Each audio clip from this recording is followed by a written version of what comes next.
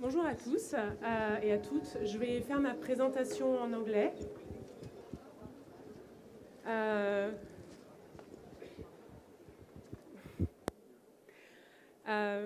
Donc voilà, donc je vais faire ma présentation en anglais.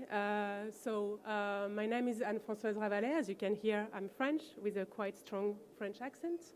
I work in an American company based in Lisbon, Portugal. And I'm in charge of all that is trends and innovation for the company, working with retailers around the globe. So what are we talking today about sustainability? It's because the consumer is changing and it is having now a more holistic view on health and on its impact on Earth. The sustainability is becoming mainstream and has to become also more mainstream in the way it talks to consumers. And that's basically the aim of showing you today how this can be tackled by the different industry players and more specifically by retailers, which is the key clients we are working with. I would say one of the biggest challenges that I face today with any of our clients is they all want to be sustainable, but it has a cost and the consumer is not willing to pay that extra cost. So the big challenge we have is how can we do better, but at the same price or at an affordable price that makes that it still is a profitable business, because it's always about profitability at the end. So I will show you first the consumer perspective. So why is he going for more and more clean label? The different layers of sustainability for retailers. And I will show you a case study, something that we've worked with a retailer in Portugal that decided to embrace sustainability, and I will show you how we did it and some of the key results.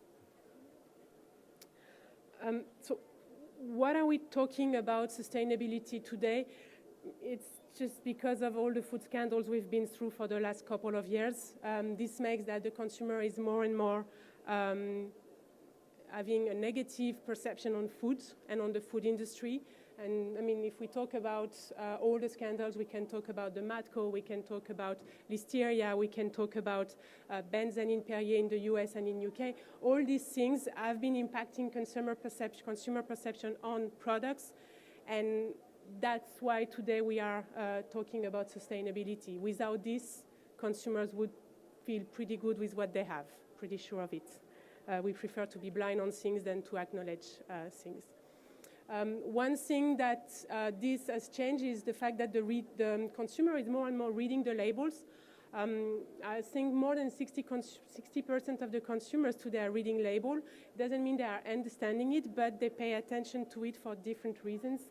One of them being what is in the food I ingest.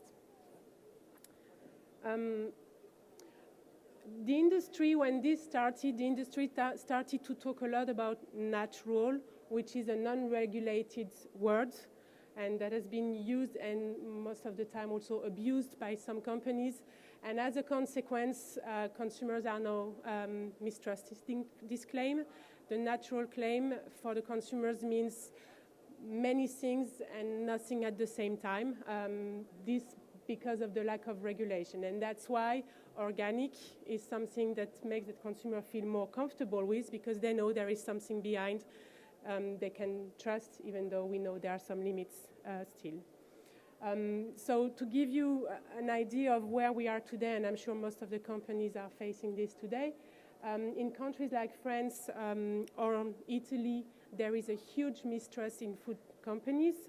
Between 25 and 30% of the consumers only trust food companies.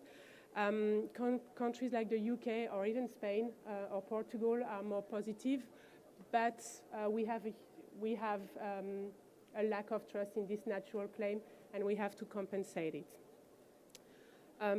One thing that we see a lot also is the fact that because the consumer is changing, because the natural consumer, the sustainable consumer is less and less experts, we have to change the way we talk to him. We cannot have a technical conversation, we cannot have a technical talk with people that are not experts. And when we go mainstream, we lose the expertise. So we need to adapt to the new consumer, and we need to make him feel good with what we show him.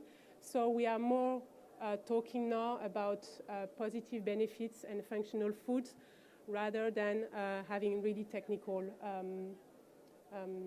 claims. If I talk to my parents about MSG, I'm not sure they will understand what MSG is. So we have to talk to them about positive fishery with the implications of these kind of things. So sustainability becoming mainstream has positive impacts, but it also has some negative ones because we cannot have the expert talk that makes the consumer grow. Oh, it's complex.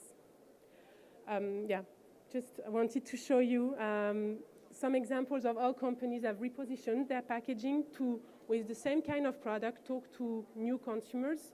And we talk a lot about the superfoods. Not everybody understands what a superfood is. Not everybody knows why quinoa is something good to eat. So we have to explain them in a really simple way. And you have this Australian brand that has really repositioned the packaging to be less experts and less niche and a little bit more mainstream and educate consumers, which is one of the most sustainable way to build consumers that know what they eat. Clean label.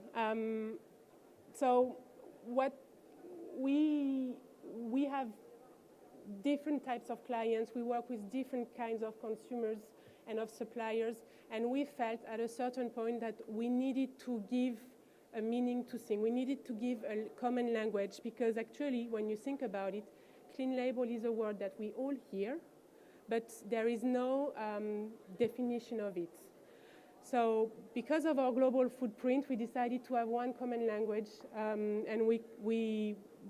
our research team identified 5 key areas that are connected to clean label, sustainability being part of it.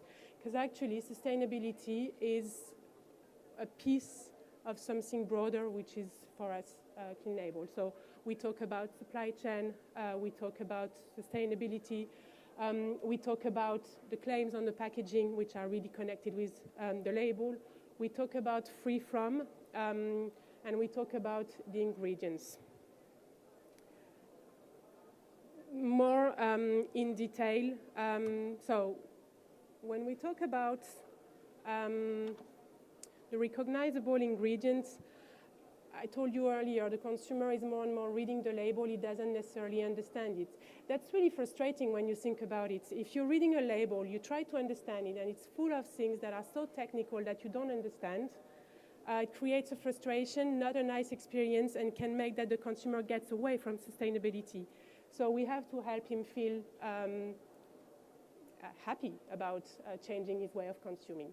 So the fact of having recognizable ingredients on the packaging is really important. That's something we see a lot, for instance, in cereal bars, where I'm sure you've seen this packaging where you have 3 eggs, 2 apples, and 1 banana, and that's the product. There's no more than that. For the consumer, it's easy to understand. He knows what he's eating, and he feels good with that.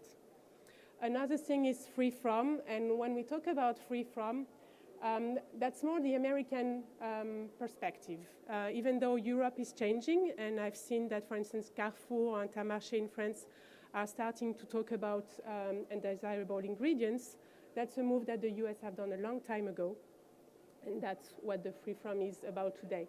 If you go to the US and you see Simple Truth, you have this list of 101 or 102 ingredients that are undesirable and that are not in the product ingredient list. The specific claims are, I guess, one of the things that we know the most. It's high in protein, it's low sugar, it's all the things that bring a connection between food and health. That's the one that the consumer feels the most closer to. The transparent supply chain is also something we hear a lot about today, and we see the move for blockchain. We see all the happy cows, how knowing where it comes from is something that is critical. I guess it's critical for the industry. It's also critical for a retailer, because a retailer doesn't master the products that are on the shelf. So it's a challenge we face all the time.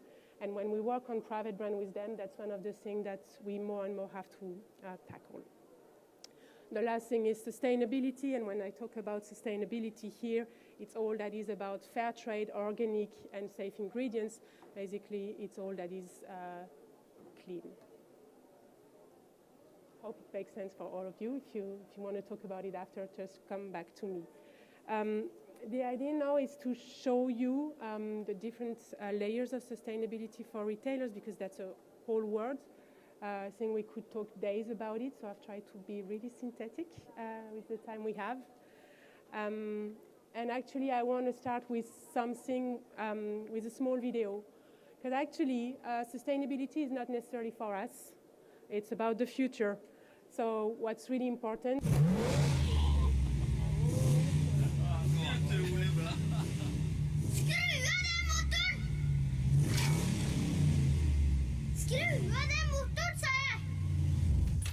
Trodde vi var gjennom dette her, ja. Den ikke tøff, om det det du tror. Vet sønnen din om dette her, Jan? Ja. Tror jeg tar en telefon til Sebastian, da? Nei, ok da. Jeg skal levere den tilbake nå. Miljøagenter har rett til å si fra, for de er med på å forme sin egen fremtid. Du kan melde inn ditt barn på miljøagentene.no. Jeg ikke sint. Jeg bare veldig, veldig skuffet.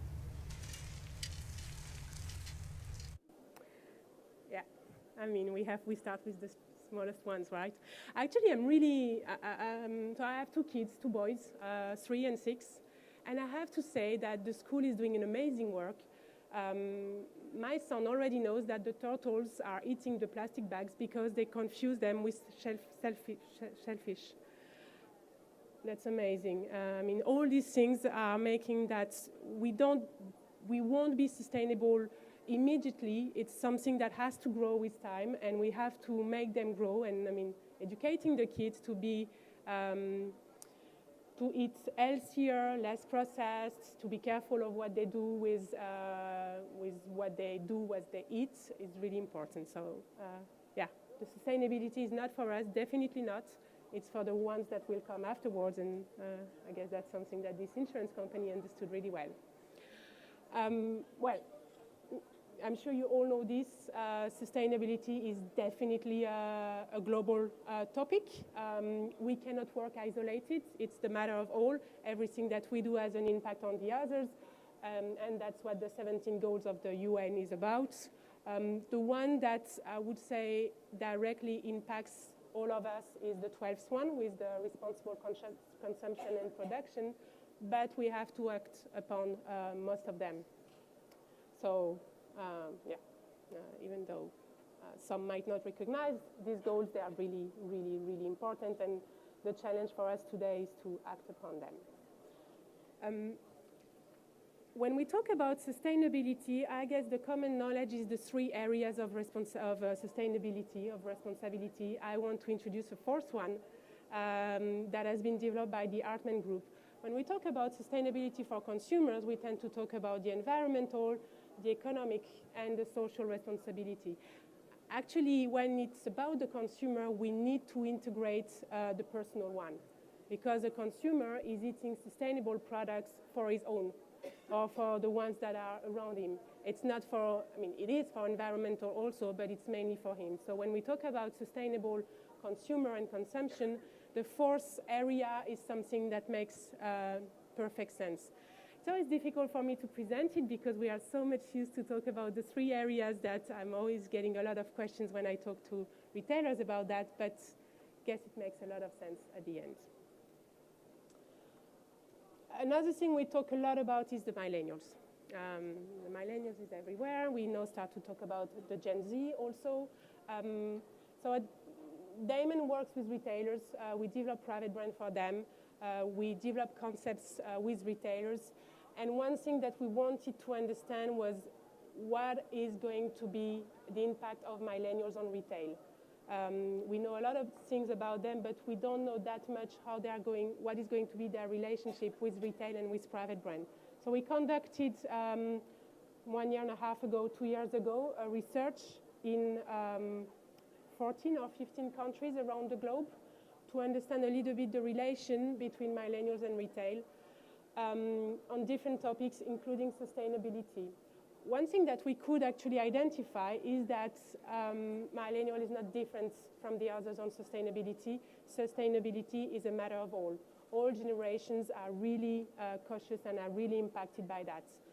What makes millennial maybe more impactful is that the way they shop, the way they interact with brands, there is a strong personal involvement, meaning that their own beliefs are part of the shopping. It's not only a rational choice. And they want the companies to act accordingly. So if they buy a product, they want the company to be sustainable. And if the company is not being sustainable, if the company is having issues like, let's think on Ben & Jerry's with the glyphosate, the impact on the company will be higher than for the previous generations. They won't forgive as much as the previous generations, which is, I guess, a huge challenge for any company. Because we don't master everything we can't. So they integrate their beliefs and their cause in their shopping mission.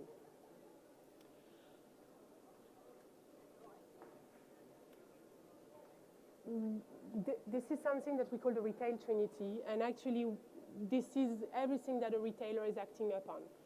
When a retailer is developing something for consumer, and I'm really talking about the consumer, not supply and so on, he acts upon three things: the product, the experience, and the point of sales. These are the three drivers he has. And so what we did was trying to understand all the measures, and there is a lot of initiatives happening. They all are part of one of this Trinity. A good, sustainable company will act upon all of them. And I will show you how one of the retailers we know has been really embracing everything to become a sustainable retailer, which is not so easy.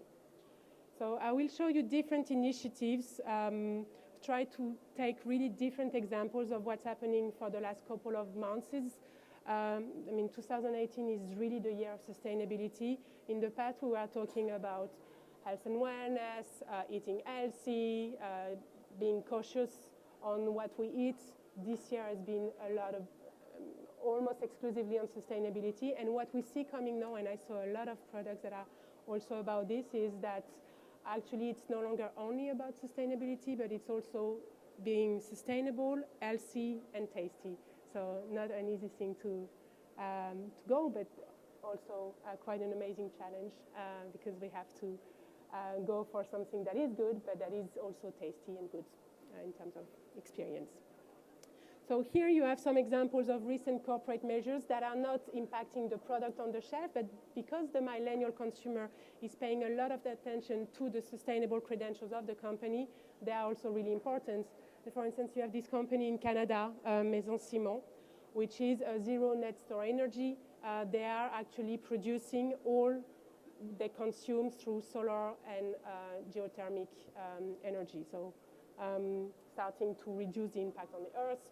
Also the blockchain from Carrefour or Walmart and many more companies now are taking the path. The fact that IKEA since 2016 is only selling now LED bulbs, no more incandescents. Or the Starbucks in Taiwan with shopping containers, or the Lidl in Belgium that is eating through waste incineration, so that doesn't consume more.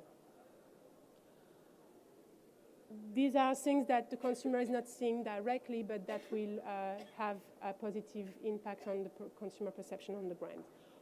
I think we also this year that plastic has become really the persona non grata. It's the public enemy. Whether it's good or not, it's a little bit drastic as anything that comes really fast. I've put here a selection of companies that have been taking initiatives around cutting plastic on the shelf, cutting plastic from all the companies are now saying by 2025, 100% of my packaging will be recyclable, reusable. So that's the big thing now. You have many more, but I try to take some. There was not enough slides to show all of them. You also have these initiatives like in the Netherlands, Ecoplaza, that removed packaging from the aisle. I don't know if you know the store. but these are other kinds of initiatives for retailers. So plastic is a public enemy, but how do we work when we are a company that lives with plastic and we are doing bottled water? We are selling bottled water, so what can we do? So I've put here 4 different kinds of initiatives. Pingodoce in Portugal this summer launched fountains in store, so that you buy bottle of 3 liters, and refilling the bottle in store costs only 18 cents per refill, so much cheaper than a plastic bottle, and it's encouraging also reducing plastic bottles. Also, I think it was this month quite an interesting thing, RAVALET in Germany, that announced they will launch a water bottle made with 100% recyclable plastic. This raised a question. Till now, we were not using a lot of recyclable plastic in food industry because of food safety. So it seems that they've been working with a company called Safe, I think, in Germany, to be able to develop a recyclable plastic that is safe for the food. So I guess this is the first one that will do that, and I hope we'll have more and more products like that eating the shelf. Also, really recently, about customer education, I don't know if you've seen, but Tesco is now incentivizing consumers to bring back the bottled water for recycling, to make sure kind of circular economy idea for them. And so I guess you get 10 cents per bottle you bring back. So all these things that are really small initiatives, but that have a positive impact on the consumer. And then I've heard, far from Portugal, that there are some talks about removing plastic bottles from the schools in France. Quite interesting. So I've seen that actually, and I'm really proud of it as a deep Breton person, that in Plouguenou, the kids have already decided not to have plastic bottle in school, so strong Breton measure from Breton kids. Also in Canada, I think Montreal City have removed plastic bottles from the municipal premises. So many initiatives around removing the plastic bottles. But the one that I find really the most interesting one is RAVALET, because cutting on something will be substituted by something else that might be more harmful. So the idea of working on something to improve it and not just to cut it and replace is quite interesting. Also something important, and I raise this because it's not only a question of the developed markets. It's not a question of the Northern Hemisphere. I have questions. I work with South Africa, I work with Thailand, I work with Brazil, with Chile, many countries, and actually I receive recent questions, recent projects, a lot about how can I be sustainable. And let's be honest, it's tricky because when you're in Thailand, sustainability is not the priority of the government. They have other things to fight than being sustainable. So actually, I consider this is a major opportunity for the big brands to work on their credentials. PepsiCo, for instance, in India, is working on using recyclable packaging for the crisps. Something they did actually in the US some time ago, and it was a huge fail. Rather than staying on that fail, they decided to use a new market to test something and make it grow, so becoming an opportunity. Also, it's a Chilean company that has been developing a bag that dissolves in water, a plastic bag that dilutes in water, so solving the issue of plastic bags. And Tesco in Malaysia, I really like this one. They have created the unforgettable bag. Basically, they worked on 3 species that are in danger. They've put it on the packaging, and every time you reduce the bag, you get a discount, you get money. So it's a way to incentivize consumers to bring back their bags. And when you think about it, I have plenty of bags in my car that I always forget to bring back to store, so I always have to buy a new bag in store because they're always in my car. So that's quite an interesting trigger, especially in countries in which small money is a lot of money. Maybe for us 10 cents is nothing, but I guess in Malaysia this is really impactful. So I will show you actually their commercials because I find it really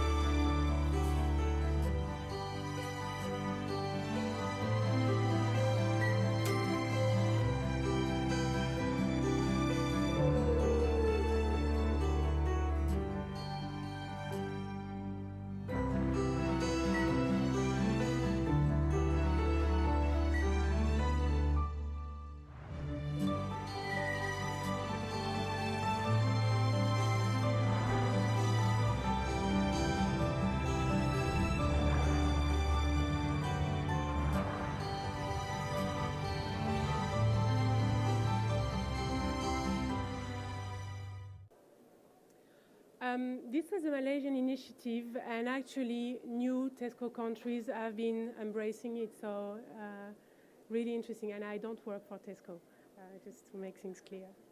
But on this, I think they're really remarkable.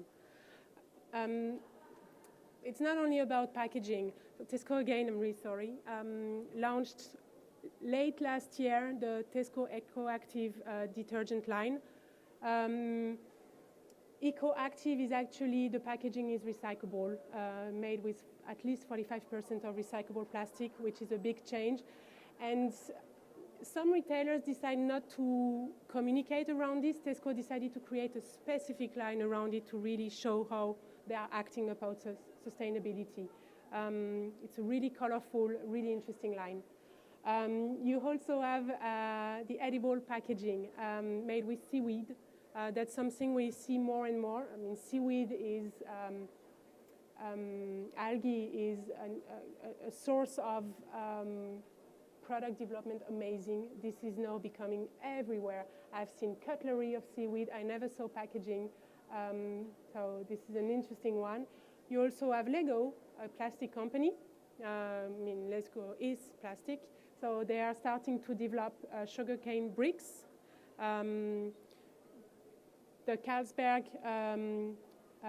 new packaging. So, I mean, we all know that the rings, the pack rings are a key issue for the ocean. So they have developed a glue that sticks the bottle together so that we remove these rings without impacting the six-pack.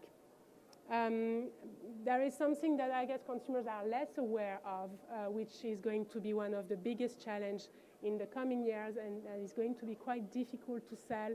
It's the microfibers. Textile is full of plastic, and every time we wash our clothes, we free microfibers in the ocean. That is really harmful for the animals and for ourselves as well. So this is one of the new challenges from the textile companies and from the detergents, because the issue comes when you wash the clothes, not when you use them. So in the UK especially, some companies, both retail, textile, apparel companies and detergents are working together on finding a way not to release these microfibers. Because of course, if you dress yourself with organic cotton, you won't have any issue, but that's a difficult thing to do, and the majority of the people are not taking this extreme path. So we all are full of microfibers. Every time we wash our clothes, we do release this, and this is going to be one of the biggest challenges. A big challenge also because this is nothing that the consumer is seeing. The consumer is seeing the plastic bag in the ocean. The consumer is seeing the beach is full of plastic. The consumer is seeing the wasted streets. So he is conscious and he wants to act upon it. The microfibers are more tricky, and it's going to be difficult to educate consumers on that, to pay a little bit more to have different textiles, or to pay a little bit more to have different detergents. So let's see how this is going to evolve. Sustainability is so many things. It's also about food waste. I mean, you have a lot of things happening right now. I think France is one of the leading countries in Europe around food waste measures. In the UK, I mean, most of the fresh is packed. That's weird, but they pack tomato, they pack apple, they pack everything. And so once you pack, you have to put a best before date. So Tesco has decided to remove the best before date from all the fresh. Something I think also Carrefour has been doing they've been doing a survey for the last couple of weeks in order to change the best before into get the best consumption till that certain moment. The UK is also investing a lot on redistributing food waste from the supermarkets, and you have a lot of initiatives around that. Mostly private, so interesting to see how the government is also investing on that. Food waste is also a business opportunity, which is what is the most important for retail and I guess industry. So you have all the things about reusing the imperfect fruits and vegetables into snacking, for instance, and I've put here Snacked, which was one of the first brands to really move for claiming to use imperfect fruit. I'm not talking of what the Inglorious Fruits and Vegetables, which was, I guess, one of the most amazing and powerful communication. These are permanently on the shelf. You also have the bananas that are made of imperfect bananas. Jumbo in the Netherlands,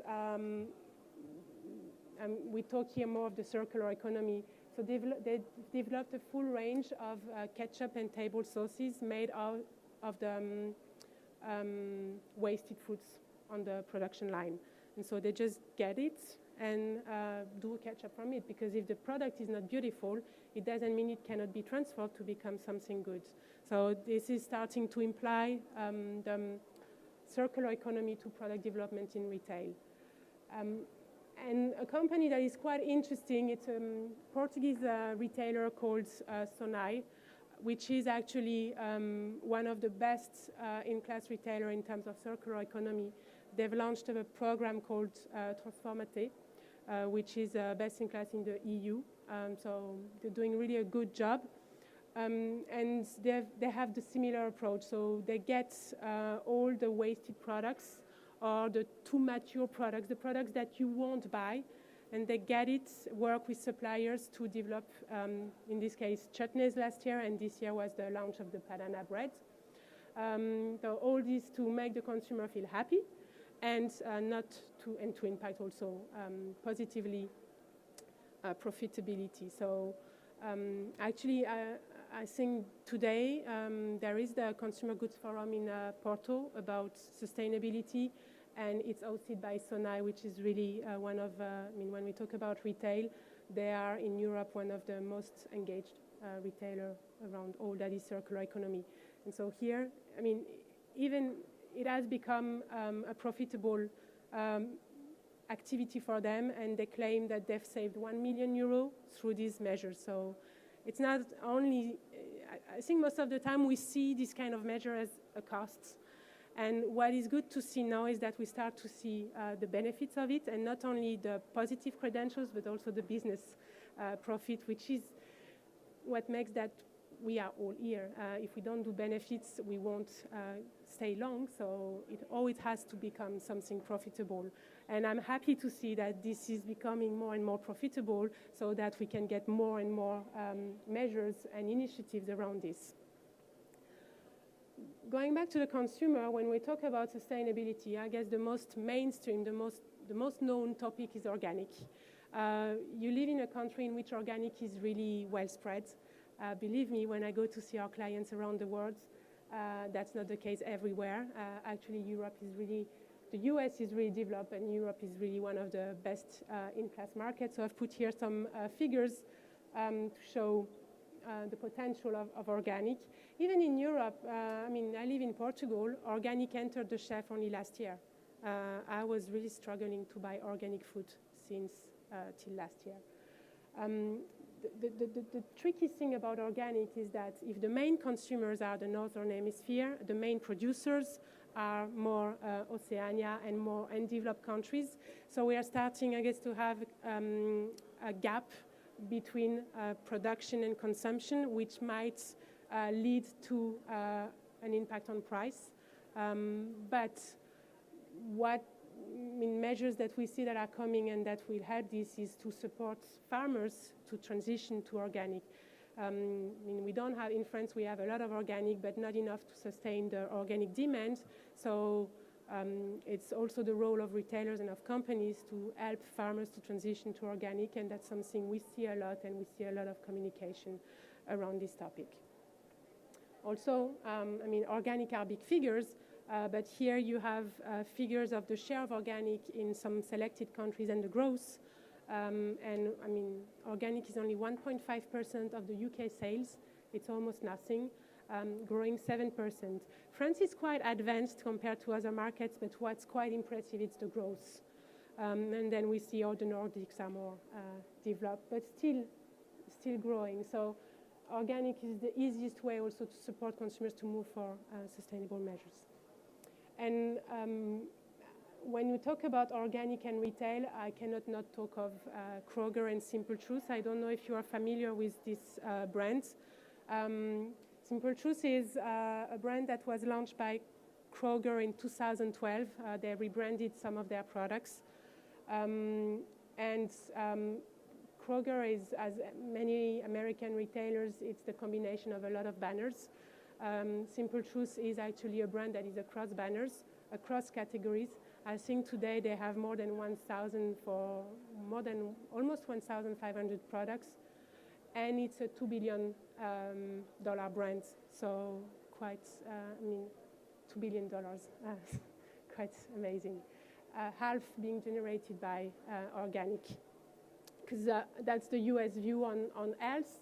The brand is organic, but it's also free from American way of seeing things, so free from preservatives, free from artificial colorants, and so on. So it is an impressive brand, and it's impressive because I guess we are still here on a really beginning of organic, meaning that we have a really basic view on what organic products are. We go for commodities. We don't go that much for processed products or for innovative products. We see organic as raw. Simple Truth is amazing in terms of innovation, and they are the one that made kombucha become more and more mainstream in the US because they developed an organic kombucha drink. So the brand is really something to look at when we want to see what's the potential of organic. It's interesting in terms of business. It's interesting to see the reach of the products. 1,500 SKUs. It's a little store. It's a full store only with organic products. And that's not, we have many examples around. So here I've put some examples of, for instance, in Poland, Biedronka, which is the market leader, has just launched the Gobio brands. You have Aldi. This is becoming something huge. Another really important brand in the US, it's a 1 billion brand only, Albertson with organic. So, US are really much more advanced than us on that, and we see the potential. And I think that's an important talk when we want to talk with retailers about organic. They still see it as a niche. They want to embrace it, and one of the fights is to show them and to make them believe that this is no longer a niche. They have to help their consumers take the path. Once again, when you talk about Austria, Germany, France, they are really already aware of it. When you talk to go to Spain, you don't have a lot of organic in Spain. If you go to a Mercadona store, which is the market leader, they don't have organic products. We're still far from it, and that's really close. So we have a lot to do. the industries here should help, and I mean, as consultancy, we also help them a lot to see the potential of it. We also show them the potential through showrooms, showing them the full potential of what a range can be.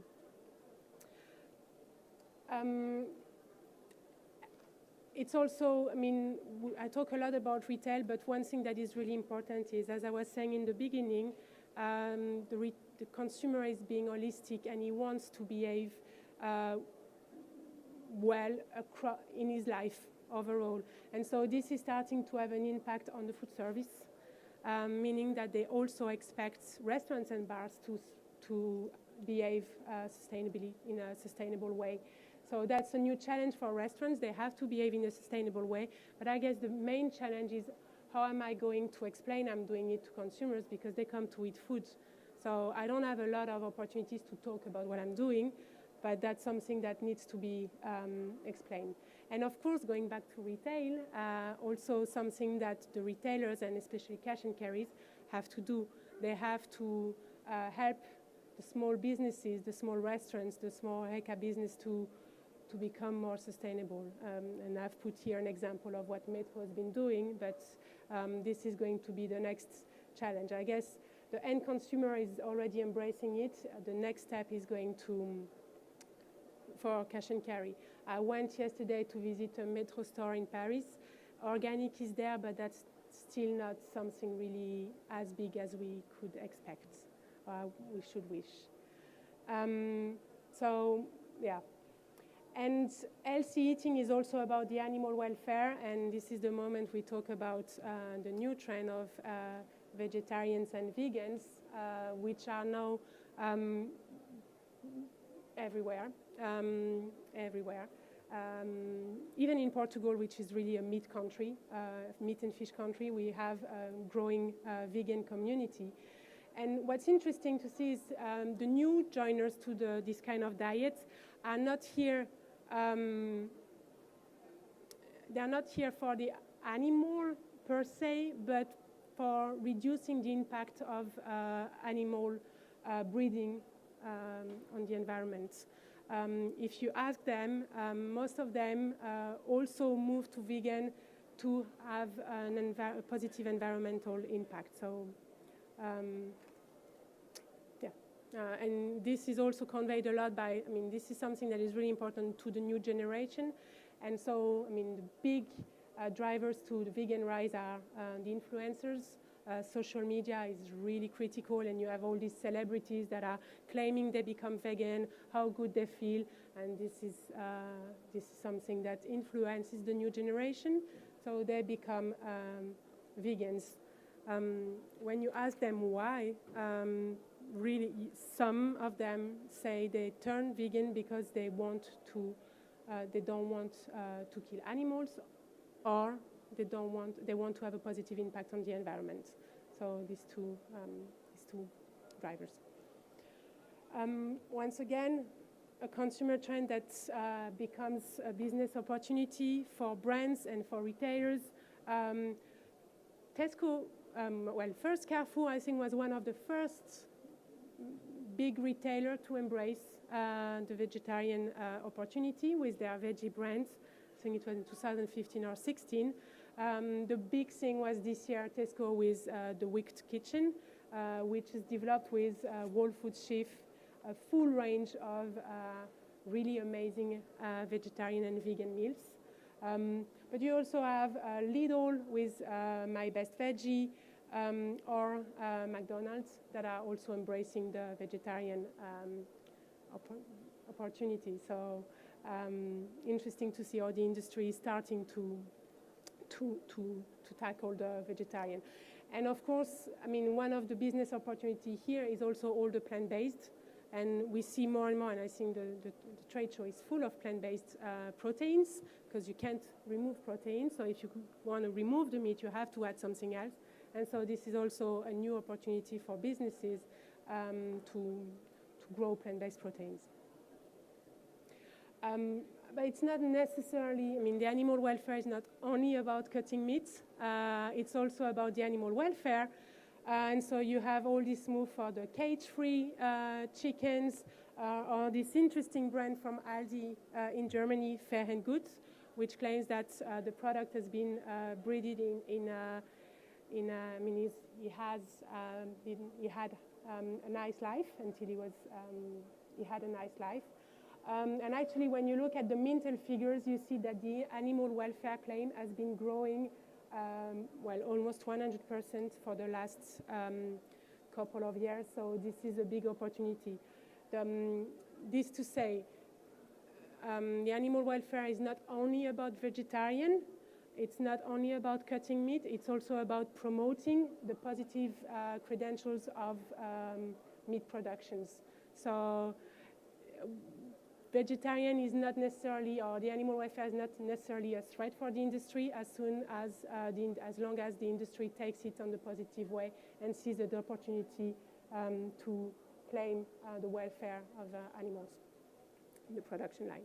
The last welfare thing is the human welfare. We all know fair trade, and interesting to see that Sainsbury went an extra step and developed their own fair trade certification on tea. But I think France is really one of the best markets for that with the brand C'est qui le patron, which goes the extra mile because it's not only about having sustainable credentials, but it's about developing a human product that is good for all with consumers, which is something that is really new and that I'm really happy to see that it's spreading around. It already went to Belgium. I think they are launching it also in Spain. So the brand C'est qui le patron, first it's no longer a brand, but it's becoming a claim because the products, I mean the milk C'est qui le patron, for instance, is becoming a core ingredient to yogurt products. So it's becoming a label more than a brand. And yeah, that's really an amazing way to turn something that could be seen as negative as a business opportunity. And to make also, one of the key things is consumers want sustainable products, but they don't want to pay more. You can't. So making them be the decision makers on the price, on what is important for them, is a really interesting way to make them act and pay for it, because they always want better at the same price. I mean, if you ask me, I don't want to have an impact on price. I want to pay the same price with better things.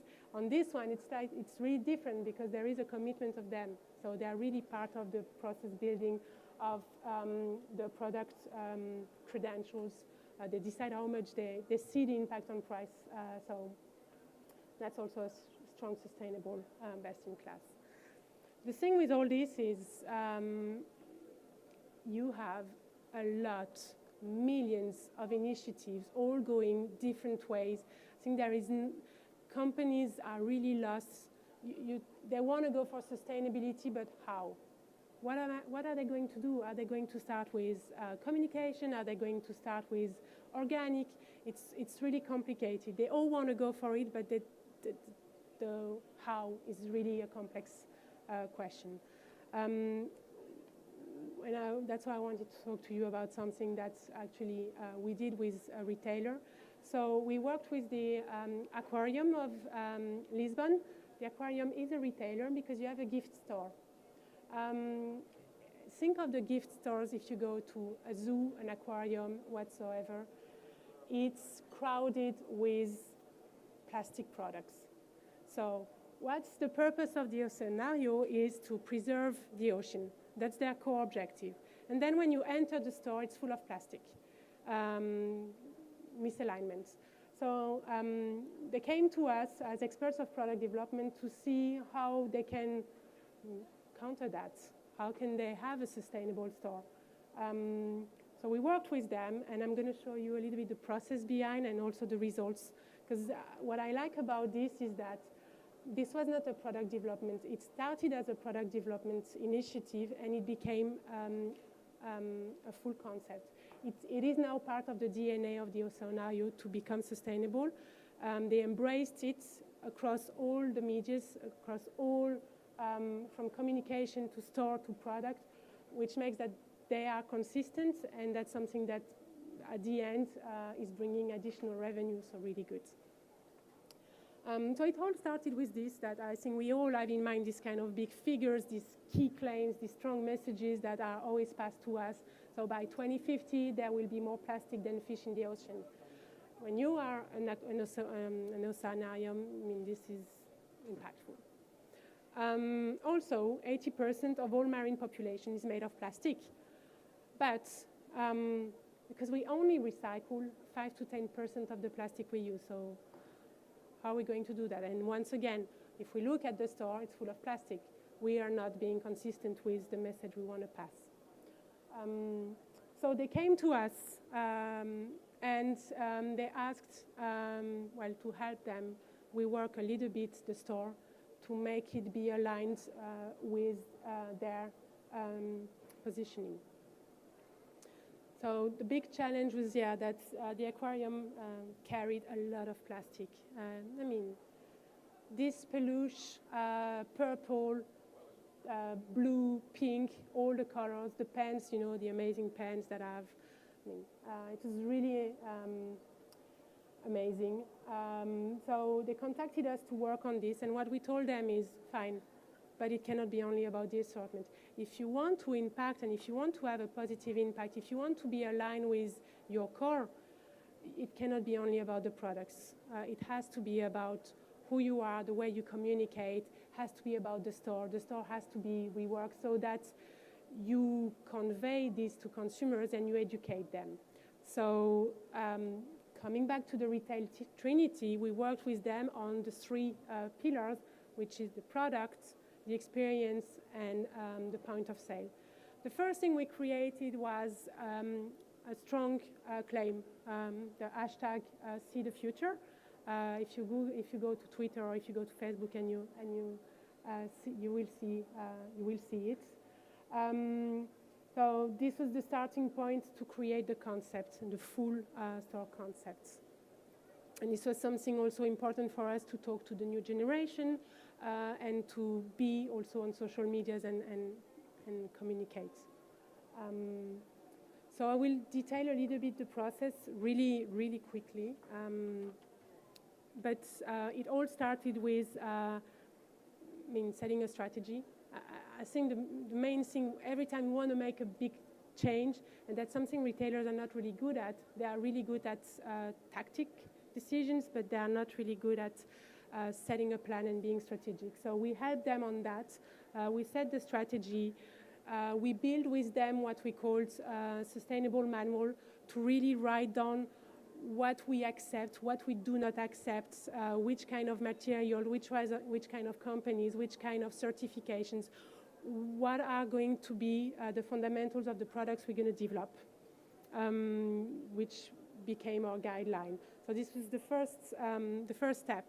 Then we went to the assortments and we conducted a market research to understand what was important for consumers, what were the key categories, what were the key sustainable credentials for them, so that we would be able then to have an identity and a concept for the assortments.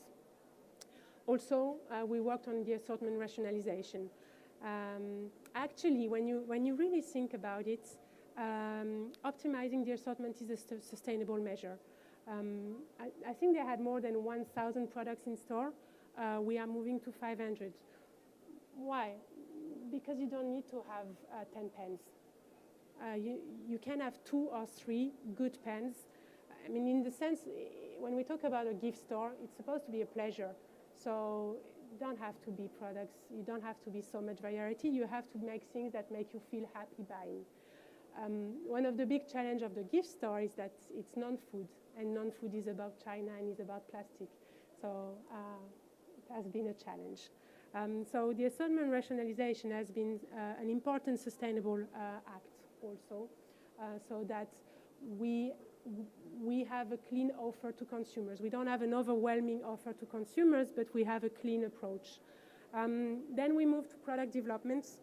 And it's not always easy to stick to what we want to do. I mean, we all have goodwill. We want to have products that are only made of noble materials. We don't want to have plastic, any kind of plastic on the packaging. not always easy. I mean, we had some really tough products. I was sharing with someone today the bottle, the refill bottle. You have plastic in there, and you have no way not to have plastic on the refill bottle. So it's a challenge, but we stick to it. And besides this product, everything is only noble products. Also, we had to switch from imports from China to reducing the carbon footprint and working with local producers. But then when we talk about working with local producers that are sustainable, first, there is not a lot. The ones that are so small that they might not have necessarily the volume of production for such a store. So we had them grow on that road. Once we had the product, we moved to store communication.